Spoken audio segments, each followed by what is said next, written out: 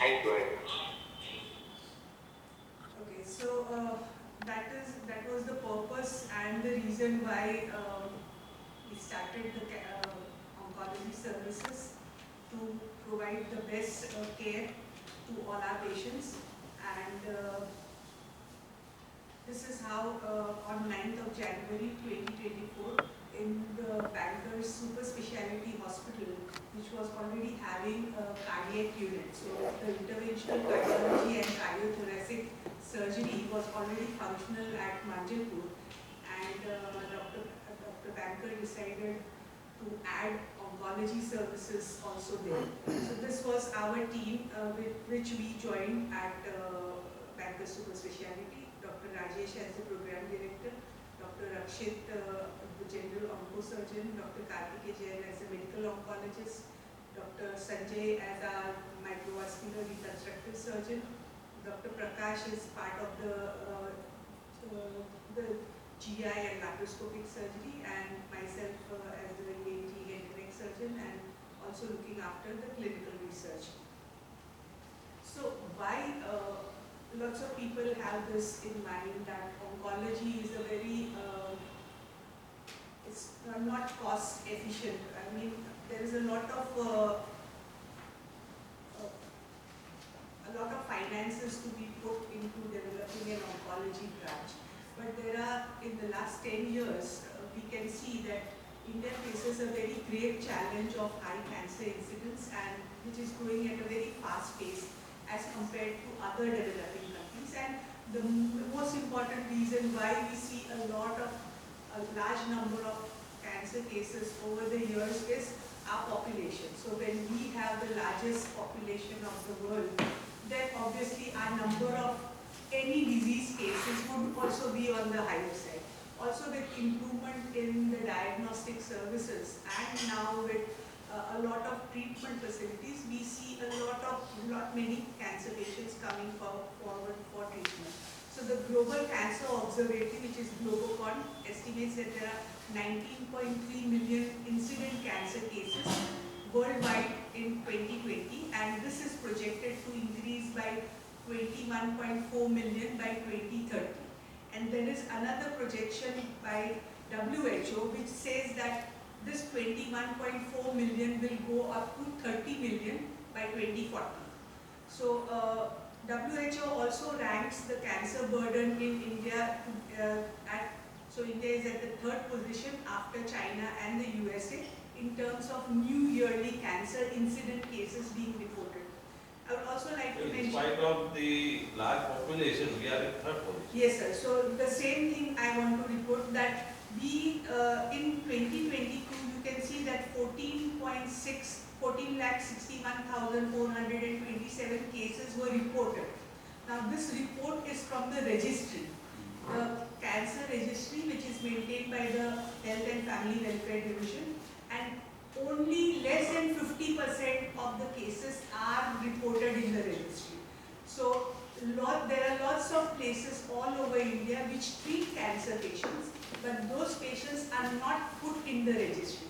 So the number which is shown is not the correct number. So 14 lakh if we are showing as the incident cases per year, is actually double of that. So the burden of cancer is much higher in India.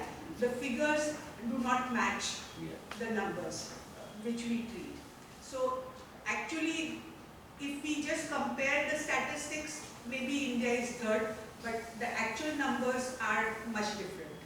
So we can say that India contributes to around... And another extreme, you said United States is number one, the population No, is one. China is number one, and second is the US, and third is India. The US population is one-third of, not one-fourth of it. But almost 90% of their cases are reported. See, there are two things. One is, cancer is not a notified disease in India. Like it is tuberculosis, COVID, malaria is there. So it is not a notified disease. That is the first thing. The second thing is the registries. So there are only some 4 or 5 registries where the cancer cases are reported. Now even in Baroda, if you just take an example of Baroda, there are small nursing homes which do cancer surgeries or treat cancer patients. So all these patients are not registered in the registry. So a lot of patients and lot of cases go unregistered. So that is one thing. Coming to the US has got a very good surveillance program. So everyone, whether it is male or female, after the age of say 40 or 50, they have this program in which you have to screen the patient or the person for say breast cancer, cervical cancer, and the same with prostate colon cancer. So obviously the number of cases are going to be more. Here there is no screening, there is no surveillance. So that is the reason why US the number of cases are more and India it is less, even though the actual number is much higher than both US and China. And why that super speciality tag and what is a cancer center? So I just want to elucidate on that. So cancer center actually does not have any accepted definition. So what is a cancer center? But at its core, the main important thing for a cancer center to do is to provide coordinated multidisciplinary care. So it may therefore act as a cancer center even if there are non-oncology services being provided in the same facility. So if I am at a multi-speciality hospital, I can have a cancer center within that multi-speciality hospital because it is an interdisciplinary care. So cancer centers basically should have three focus areas. One is diagnosis. So you have to have your pathology and your imaging available. Clinical care and treatment, by which I mean that oncosurgery, chemotherapy or systemic therapy and radiotherapy should be available. And then there should be something for prevention and cancer control also. So when we consolidate all the three treatment modalities within a single facility, we can optimize seamless access to quality care. And like I said, cancer treatment requires multidisciplinary collaboration amongst all the surgeons, the medical oncologists, the radiation oncologists, the physician, the support staff. Each and every specialty would be a part of the multidisciplinary care for cancer.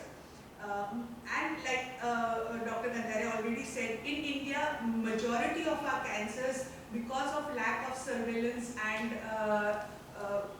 not enough awareness of the cancer, most of our cancers present in a late stage, the stage 3 and stage 4. And when a patient presents in stage 3 and stage 4, the treatment for cancer will be not a single modality of treatment, it will be multimodality, by which I mean that there would be surgery, there would be chemotherapy, there would be radiotherapy at some point in the treatment schedule. So it requires multiple levels of treatment, and so the physical co-location of cancer treatment services under one roof will permit this interdisciplinary collaboration and bring all the treating doctors on the same page. And also everyone in the oncology care team basically follows evidence-based practice guidelines. So these are standardized treatment guidelines which are followed world over by all oncologists. So basically we follow a guideline which is called an NCCN guideline, and that is true for all oncologists practicing worldwide. So standardization of cancer care is always based on evidence-based practice guidelines, and it is followed and applied by all professionals within the oncology team. We may be present in the late, we may be, but what is the issue of United States? Because of the appointment system, the diagnosis is delayed. Diagnosis delayed. Diagnosis and sometimes the treatment. Example, Yes. where for the sonography appointment, CT scan appointment, reporting, biopsy report, everything, that the patient came here and within 48 hours, Yes. she was diagnosed COE and within 48 hours she got operated. So there are two aspects of this. US, there are two systems. One is you go through the insurance scheme. Another is private. If you go to Memorial Sloan Kettering, you will get the appointment the next day. but you will have to shell out some 100 times more money than what you are going to do. So it is not like that. It is the system. So nobody is at fault. But yes, most of the patients, because the patient, once diagnosed, you know, the PET CT appointment is after 1 month. So you are correct in that way. We have treated a lot of patients from the US who come to India only because of this reason. and the patient hopes from one doctor to another doctor, because the given doctor is not able to, because this is not my problem. You go to this doctor. Then the second will say, this is not my problem. But You go to this doctor. that is their system. System. So everyone has to follow that system and the protocol which is there. But yes, there is definitely a delay. But the delay is not very much because they pick up the cases very early. So by the time the patient reaches the stage would remain same. Here the pickup is only at the late stage. So even if we treat the patient within week or 10 days, because of the late stage or advanced stage of disease, we will not get that cure rates which they get. Outcome is different. The outcome is different. So from 9th of January 2024 till 31st of December 2025, we had a total registered number of cases as 5,200. Apart from that, we had a few free of cost cancer camps across several villages in and around Baroda district, in Gujarat and in Madhya Pradesh also. And more than 500 patients were registered in those camps, which I am not included in the 5,200. Dr. Kantharia saw 2,900. I have examined 1,900. Dr. Karthikeya saw around 350, and Dr. Rakshit examined 150 patients in this time period. Our Indo patients for treating cancer were around 2,000. Now of this, the maximum number is Dr. Karthikeya's 1,400, because lots of patients receive multiple cycles of chemotherapy. So there would be one patient who has received 6 cycles or 4 cycles of chemotherapy. So all those, that number, so one patient but 6 times admission at different 21 days or 1 monthly interval. So that's the reason why that number is on the higher side. And 370, 160 and 70 are individual number of Indo patients.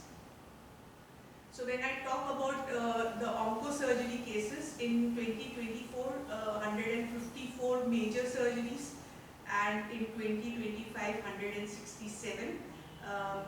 The major surgeries are divided into the buccal mucosa and the GBS complex and the alveolus, or it was either the tongue.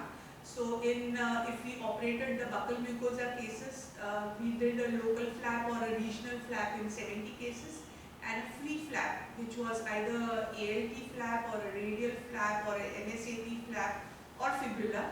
So those supra-major surgeries, free flap reconstruction was done in 64 cases. In tongue, the primary closure was in 24 cases and a free flap was used for tongue reconstruction in 14 cases.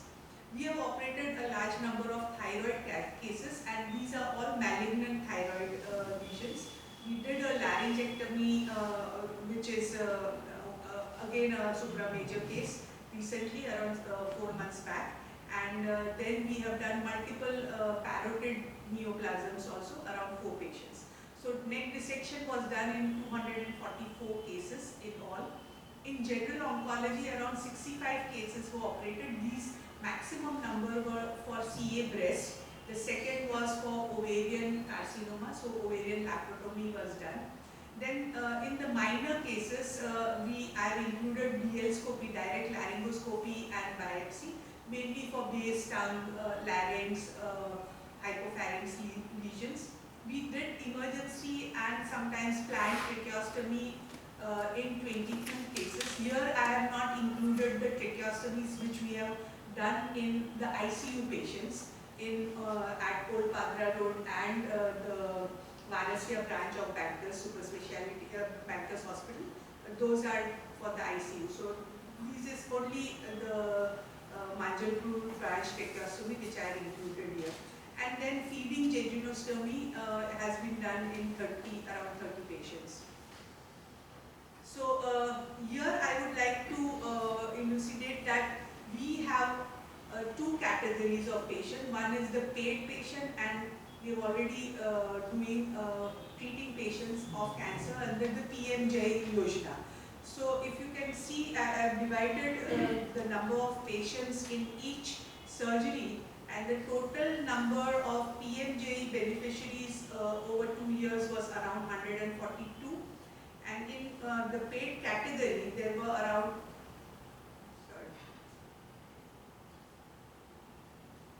179 patients which we operated in the last 2 years. So we still do not have our radiotherapy unit at Manjalpur, but it is going to start shortly in the basement area of the super specialty hospital at Manjalpur. The Variant system, the linear accelerator from Variant company, which is the best linear accelerator in the world, has already been approved, and the signing amount has been sent to the company. The machine will soon be installed, and all the civil work and the work will start shortly. So the municipal corporation and the permission has already been granted, and now with the civil work starting, we'll take the permission from the Atomic Energy Board, and soon the machine will be commissioned. So by this year end, we will start our radiotherapy services also. But when we started our cancer services, we did a MOU for radiotherapy initially in 2024 with SSG Hospital. So all our patients who were operated and required post-operative adjuvant radiotherapy under the PMJ Yojana, we had to show a MOU with the radiotherapy center. So in 2024, it was with SSG Hospital, and around 200 patients were the beneficiaries of that PMJ radiotherapy system. We had also from the paying patients, around 40 to 50 patients who went for radiotherapy, and when they were paying, they would go to any of the radiotherapy centers in Baroda or around Baroda. In Baroda, there were several options available, 2 or 3 options available to them, and across Gujarat and elsewhere, multiple other centers also. After 2024, in 2025 and in 2026 also, till our radiotherapy machine will be commissioned, we now have a MOU with Sterling Hospital for radiotherapy under PMJ Yojana. So in 2025, 210 patients received radiotherapy under PMJ Yojana. I would like to tell that in the paying category for basically our head and neck patients, the cost of radiotherapy is around 2 lakh rupees, 1.8 to 2 lakh rupees for the 30 fractions of radiotherapy, and that amount is available for PMJ patients free of cost. Again in 2025, 50 to 60 patients in the paying category also went to various radiotherapy centers in and around Baroda for radiotherapy. Now I would also like to elucidate that this radiotherapy number is not just plain radiotherapy. So if we are sending 210 patients in 2025 for radiotherapy, 70% of that is around 160, 170 patients, would be receiving chemotherapy also along with that. So it is adjuvant CT-RT in most of the 70% of the patient. Only 30% would be only on adjuvant radiotherapy. Similarly for PET scan. So what is PET scan? It is positron emission tomography scan which is used in oncology, and it uses a radio tracer which is FDG glucose, often combined with a CT scan, so that's why it's called PET CT, and it creates a detailed image showing cellular metabolic activity. So it is a functional scan, and it is used to diagnose cancer, stage the cancer, and also planned treatment. So radiation planning treatment is based on the PET CT images, and also as to monitor treatment effectiveness. So in 2024, again in the PM Jai Yojana, we can offer get PET scan done for our patients, which is free of cost. And in 2024, we sent 140 patients for PET scan. Again, PET scan we did it initially with Baroda Imaging Center, and we had an MOU in 2024, and then later on, because they had some machine problems, we used to send our patients for PET scan to other centers in Baroda, that was mainly Sterling Hospital.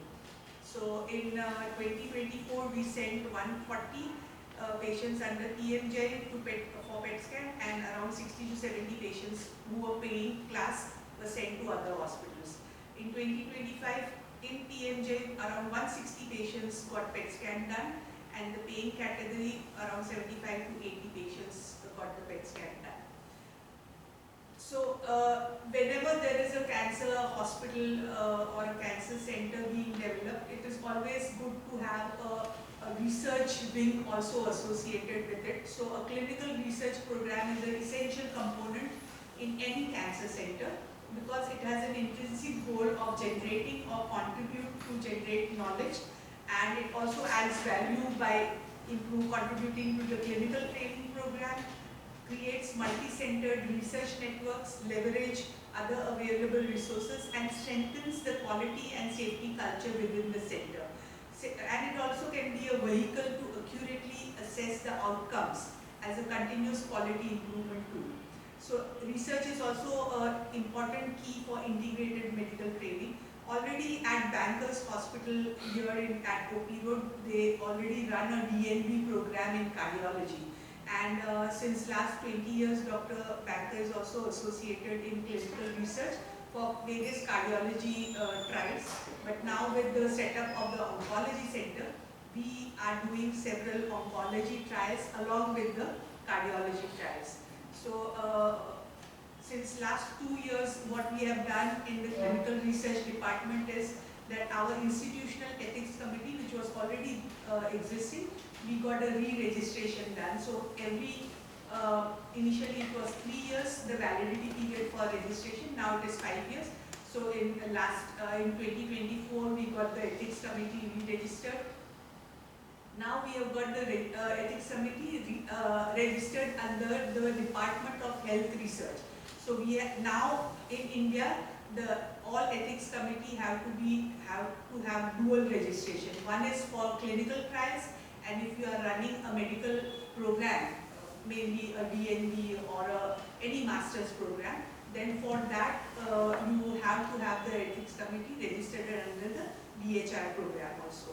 So for head and neck cancer trials, we completed one phase 3, which is a multinational global trial, which was involving both a device, a laser device, and a drug trial, which was successfully completed.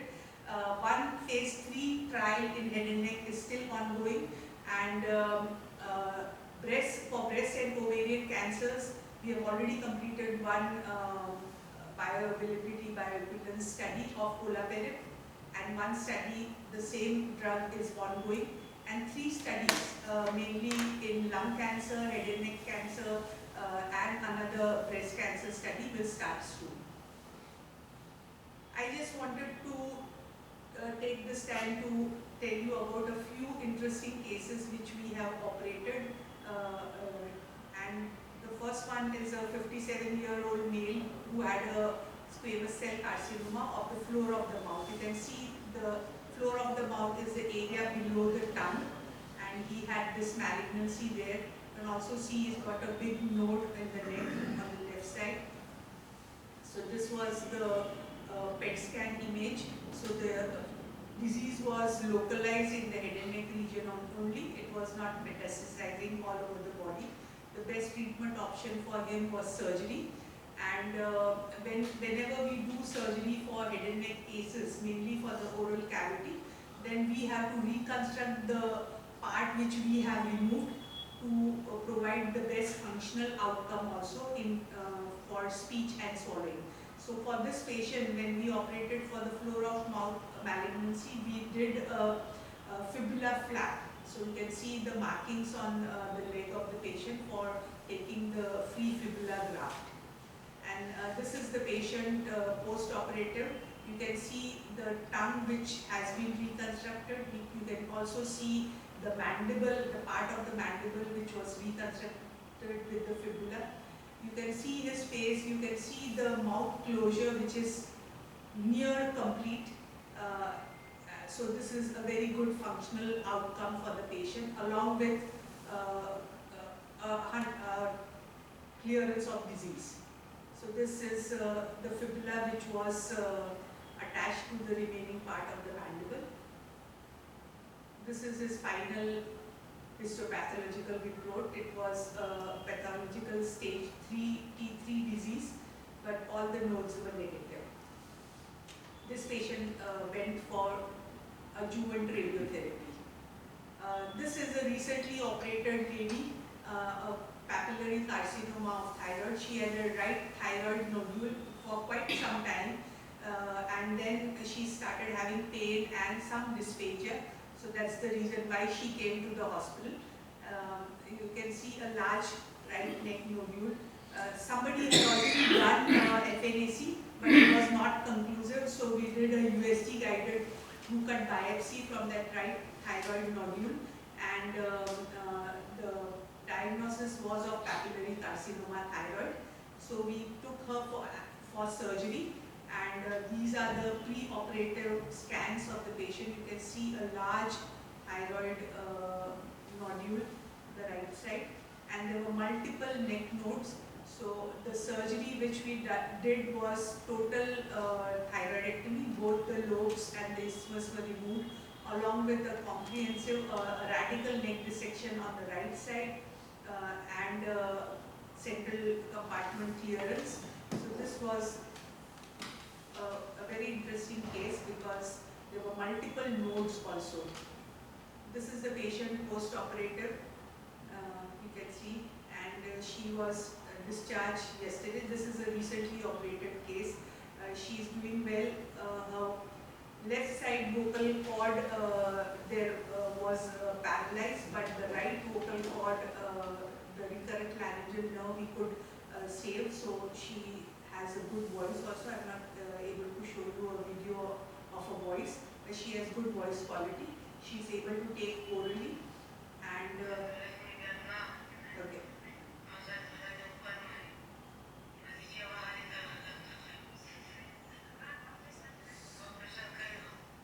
So you can see she's speaking well also. This is another case of right lateral tongue ulcer, and it was a squamous cell carcinoma. This is the MRI images pre-operatively. Again, this patient came for surgery. You can see the tumor, and we reconstructed this tongue with a radial artery, forearm flap. Again, you can see the markings on the forearm. This is how it looked immediately post-operative. This is the final histopathological report of the patient. Again, this, as you can read from the report, is a poorly differentiated squamous cell CA, and however, the nodes are negative, which is a good thing, but this patient is on adjuvant CTRT. And a very interesting case of basal cell carcinoma of the left orbit. This patient was having this tumor since last, I think, 6 to 7 months before she came forward for treatment. And as you can see, the entire left orbit was destroyed. There was no vision preoperatively. Basal cell carcinoma anywhere in the body, the best treatment option, if it is operable, is to operate and remove the disease, and this is what we did in her case also. So this is again the MRI of the preoperative MRI for this patient. And this was, like I said initially also, cancer treatment is a multidisciplinary care. Even for this surgery, along with the total orbital exentration of the tumor, there was some disease going along the optic nerve, so we had in our oncosurgery team, we took the neurosurgeon along. So he removed the disease along the optic nerve till the chiasma, I think. So this is the total examination of the orbit, total clearance of the disease. And you can see the post-operative image of the patient. Patient is doing well. She came for follow-up.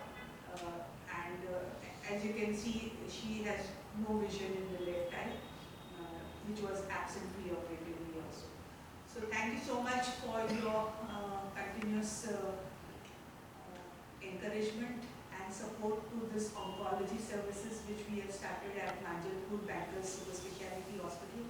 We look forward to your continuous guidance, support and best wishes as we now will be starting the radiotherapy services soon. Thank you.